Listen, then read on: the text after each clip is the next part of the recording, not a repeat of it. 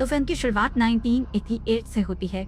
हम थकी हारी लॉरी को रोड पर चलता देखते हैं, जिसके हाथ में एक क्लाउन था जिस पर से खून टपक रहा था। लॉरी अब बोलना शुरू करती है और कहती है कि लोग हमेशा कहते थे कि मेरा दूसरा नाम कर्ज यानी श्राप है और एक दिन या तो मैं मारी जाऊंगी या फिर मैं किसी को मार कर किलर बन जाऊंगी। वो देखो, ये सब सच हो भी गया। वो ऐसा क्यों कह रही थी और उसके साथ क्या हुआ था, ये जानने के लिए कहानी जाती है 2 दिन पीछे। हमें लॉरी का स्कूल दिखाया जाता है जहाँ प्रॉम नाइट की तैयारियां चल रही थी। प्रॉम क्वीन के तौर पर लॉरी ने भी अपना नाम दिया था। उसके अलावा 5 कैंडिडेट्स और भी थी, जिसमें स्कूल की सबसे पॉपुलर लड़की टिफनी और उसके ग्रुप की सभी लड़कियां भी थी। तो उसके ग्रुप को वुल्फ पैक के नाम से लोग जानते थे। जिस तरह वुल्फ पैक से लोग डरते थे, इसी तरह इनके ग्रुप से भी पूरा स्कूल डरता था। और एक आखिरी लड़की क्रिस्टी भी प्रॉम क्वीन की एक कैंडिडेट थी, जो असल में छोटी मोटी ड्रग्स स्कूल में और टाउन में बेचकर पैसे कमाती थी। इसी वजह से काफी बदनाम भी थी और प्रिंसिपल उसे कुछ ज्यादा पसंद भी नहीं करते थे। अब हमें लॉरी के क्लास को दिखाया जाता है, जहाँ पर टीचर सभी के फ्यूचर को डिस्कस कर रहे थे। लॉरी यहाँ पर बताती है कि वो बहुत बड़ी राइटर बनना चाहती है, जो सुनकर टिफनी का पूरा ग्रुप उसका मजाक बनाने लग जाता है। हालांकि टीचर उन्हें चुप भी करवाते हैं, लेकिन वो ये कहकर मजाक बनाने लगे कि इसकी मॉम ने इसके डैड को मारा था, ये वही कहानी लिखेगी। टिफनी के दोस्तों की ये बातें सुनकर लॉरी की दोस्त को बहुत ज्यादा गुस्सा जाता है और वो गुस्से में एकदम से अपना हाथ टेबल पर रखकर एक बड़े से चाकू से काट देती है और फिर से उसके हाथ से खून निकलने लगता है, जिससे पूरी क्लास डर जाती है। असल में मेगन ने ये प्रैंक अपनी फ्रेंड लॉरी का बदला लेने के लिए किया था। ये सारे डर गए थे, तो अब वो उनका मजाक बना रही थी।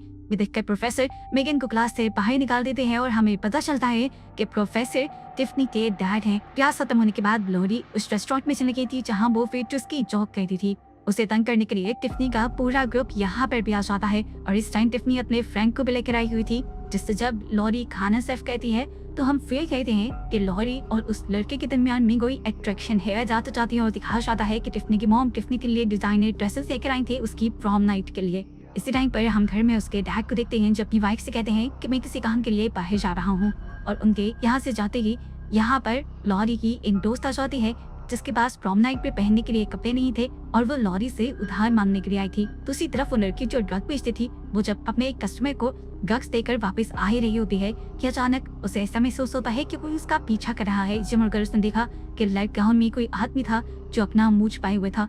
इससे पहले कि वो कुछ कहती या बचकर भाग भी पाती, वो आदमी पीछे से अपने हाथ में पकड़ी एक्स से उसके सर पर हमला करते हुए उसकी वहीं पर जान ले लेता है। सीन कट होकर सुबह में हमें लॉरी और टिफनी को दिखाया जाता है। टिफनी लॉरी के पास आकर उसे धमकी देती है कि मेरे रास्ते नहीं मत आओ, खुद ही प्रॉम क्वीन बनने से हट जाओ, नहीं तो तुम्हारे साथ बहुत बुरा होगा। लेकिन लॉरी यहाँ एक बात नहीं सुनती उसकी। जबकि दूसरी तरफ लॉरी की दोस्त मेगन क्रिस्टी के घर ड्रग्स खरीदने के लिए आती है, तो क्रिस्टी का फ्रेंड उसे बताता है कि क्रिस्टी तो रात से लाइव है। सीन कट होकर फौरन हमें किलर को दिखाया जाता है, कॉलेज की बुक खोलकर प्रॉम कैंडिडेट्स में से क्रिस्टी की पिक्चर पर क्रॉस बना देता। रात होने पर दिखाया जाता है कि सभी लड़कियां प्रॉम नाइट के लिए तैयार हो रही थी। अभी टिफनी की मॉम टिफनी से कहती हैं तुम्हें हर हाल में लॉरी से जीतना होगा। इस टाइम टिफनी लग भी बहुत खूबसूरत रही थी और उसकी मॉम ने भी अपनी बहुत मेहनत और पैसा लगाया था उसे खूबसूरत बनाने में। जबकि दूसरी तरफ लॉरी एक आम से सूट में खुद ही तैयार हो रही थी।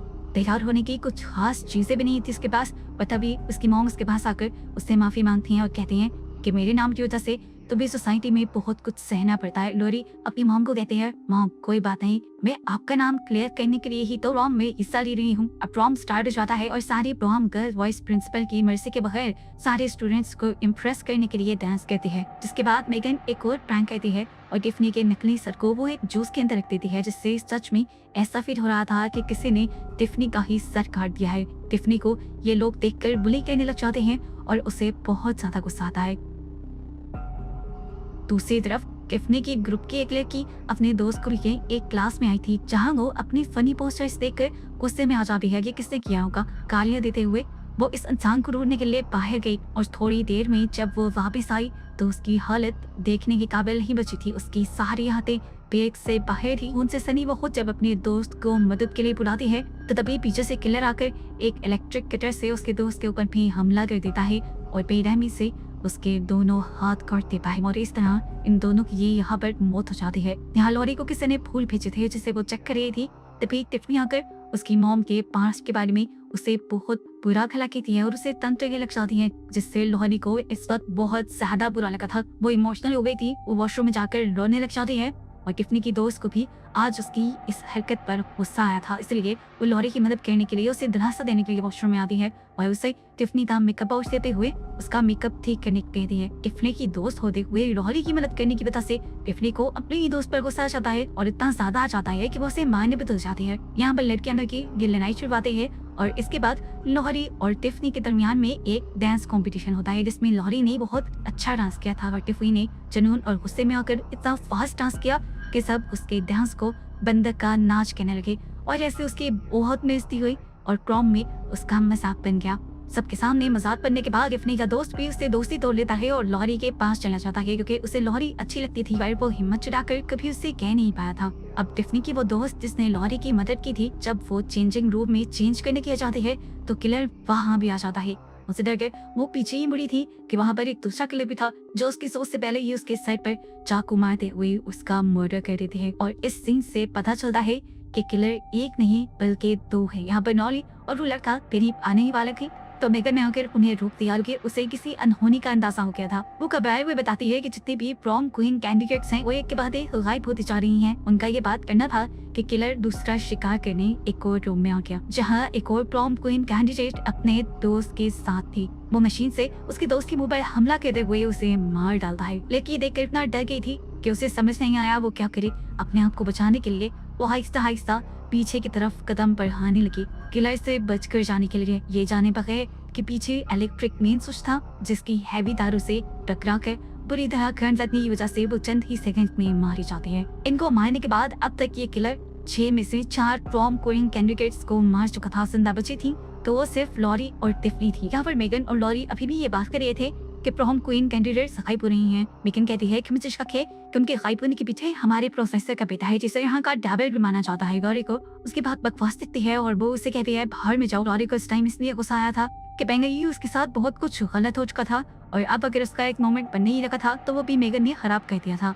मेगन को अपने दोस्त के बिहेवियर से गुस्सा तो आया था, लेकिन खैर वो यहाँ से चली गई और जैसे ही बेसमेंट में गई 2 से 3 लोगों की नाशे दिखी, जिसको देखकर वो घबरा गई। जबकि ऊपर लॉरी अपने दोस्त के साथ ऑडिटोरियम में आ गई। इससे पहले कि ये लोग यहाँ पर कोई बात करते या कुछ भी करते, पीछे से किलर आकर एकदम से उस लड़की के सर में ऊपर से चाकू स्टैब कर देता है और उसकी वहीं पर मौत हो जाती है। जिसके बाद एक किलर अब लॉरी के पीछे पड़ चुका था और लॉरी अपनी जान बचाने के लिए वहाँ से भाग रही थी। बचने के लिए वो भागते हुए बेसमेंट में चली जाती है, जहाँ पर से डेली सैमी मेगन भी मिल जाती है। उसने यहाँ पर सभी नाशों को भी देख गया था। उसकी घबराहट बहुत ज्यादा थी।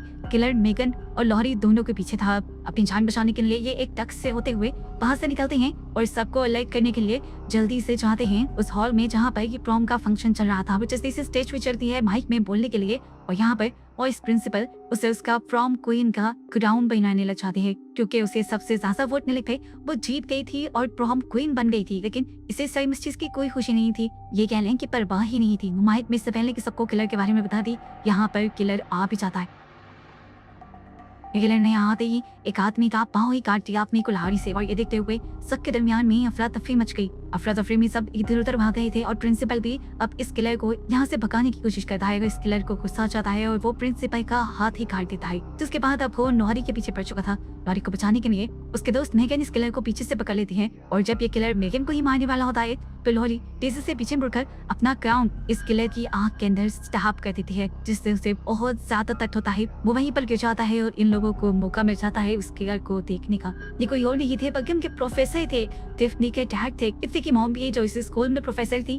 वो अपने हस्बैंड को यहाँ देखकर शौक रह जाती है। उनसे पूछती है कि आखिर आपने ऐसा क्यों किया? तो प्रोफेसर कहते हैं हम दोनों ही तो चाहते थे कि प्रॉम क्वीन सिर्फ हमारी ही बेटी बनी, क्योंकि लोग हमेशा विनर्स को याद रखते हैं, इसीलिए मैंने बाकी सबको मारने का फैसला कर लिया। थोड़ी देर में पुलिस आकर इस प्रोफेसर को गिरफ्तार कर लेती है और मेगन जो इस टाइम जख्मी हो चुकी थी उसे हॉस्पिटल लेकर जाया जाता है। पुलिस वाले टिफनी को उसे घर छोड़ने चाहते थे। टिफनी की मॉम भी उनके साथ जाना चाहती थी, लेकिन पुलिस वालों ने बयान लेने के लिए उसे रोक दिया। तो यहाँ लॉरी ने टिफनी के साथ जाने का फैसला किया, क्योंकि ये दोनों आमने सामने के घरों में रहते थे। टिफनी बहुत ज्यादा टूट चुकी थी। जो हुआ था गलत हुआ था उसे भी एहसास था, इसलिए वो लॉरी से अपने बिहेवियर के लिए भी माफी मांगती है और जो कुछ यहाँ हुआ उसके लिए भी माफी मांगती है। बातों में ये लोग घर पे पहुंच जाते हैं और टिफनी लॉरी को अपने ही घर पर इनवाइट कर लेती है। क्योंकि आज उसे अपने मॉम डैड के बगैर डर लग रहा था। यहाँ दूसरी तरफ टिफनी की मॉम पुलिस से कहती है, देखिए आप मुझे घर जाने दें। टिफनी एक बहुत बड़े सदमे में है, उसे इस टाइम अपनी नॉन की जरूरत है। ये सुनकर ऑफिसर उन्हें घर जाने की परमिशन दे देते हैं और घर आते ही वो एक चाकू निकाल लेते हैं। जाहिर सी बात है, लॉरी को मारने के लिए।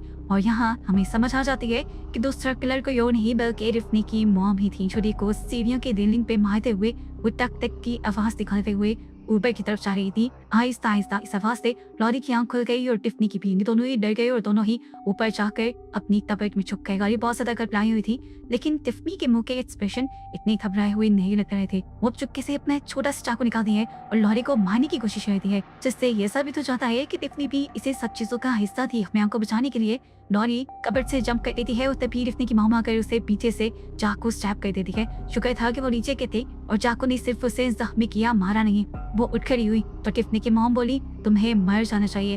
तुम्हारी फैमिली का ये रोल बन गया है हम चीन से छीनने का। पहले मैं तुम्हारे डैड से प्यार करती थी, लेकिन फिर तुम्हारी मॉम आ गई और मेरे से उसको छीन के ले गई। और अब तुम मेरी बेटी से वॉन्ग क्वीन का टाइटल छीनना चाहती थी। उस टाइम जब तुम्हारी मॉम ने तुम्हारे डैड को मुझसे छीना तो गुस्से में मैंने तुम्हारे डैड को ही खत्म कर दिया, क्योंकि जो मेरा नहीं हो सका वो किसी का भी नहीं हो सकता। ये सुनकर लॉरी शॉक भी थी कि उसके मॉम ने पूरी जिंदगी जिसके सामने गुजारे वो जुर्म तो उन्होंने किया ही नहीं था। यहाँ पर टिफनी अब अपने मॉम के सामने आती है और कहती है कि आपने अपना बदला खुद लिया था और मुझे भी अपना बदला खुद देने दे। कहते ही वो लॉरी को मारने के लिए उसके करीब होती है तो लॉरी उसे टांगे मारते हुए अपनी से दूर करती है। वो सीढ़ियों की ग्रिल पर लगती है और ग्रिल टूट कर वो नीचे गिर जाती है, जहाँ एक बहुत बड़ा सा डेकोरेशन पीस रखा था जो उसकी बॉडी के अंदर स्टैप हो गया और इस पर लटक कर ही टिफनी अपनी ही मौत मारी गई। गिदे कर टिफनी की मौत और भी ज्यादा चिढ़ जाती है, उनका गुस्सा और भी ज्यादा भड़क जाता है और बदले की आग भी। इससे पहले कि वो लॉरी के ऊपर हमला करती, लॉरी पीछे से एक अलमारी का कांच तोड़ते हुए वहां से ट्रॉफी निकालकर टिफनी की मॉम के ऊपर ही हमला करती थी। लेकिन इस हमले के बाद भी वो मरी नहीं थी। वो लॉरी को बुरा मिला कहती है और लॉरी एक और मर्तबा उसके ऊपर हमला करते हुए उसे सीढ़ियों से गिरा देती है और खुद इस घर से बाहर निकल आती है। मूवी के पोस्ट क्रेडिट सीन में दिखाया जाता है कि जब टिफनी की मॉम मरी तो उससे खून से जमीन पर एक रिचुअल वाला सर्कल बन गया था, जो इस चीज का सबूत था कि ये लोग ब्लैक मैजिक जैसी चीजों में भी इन्वॉल्व थे। और बस यही सब दिखाते हुए कि मूवी यहाँ खत्म हो जाती है।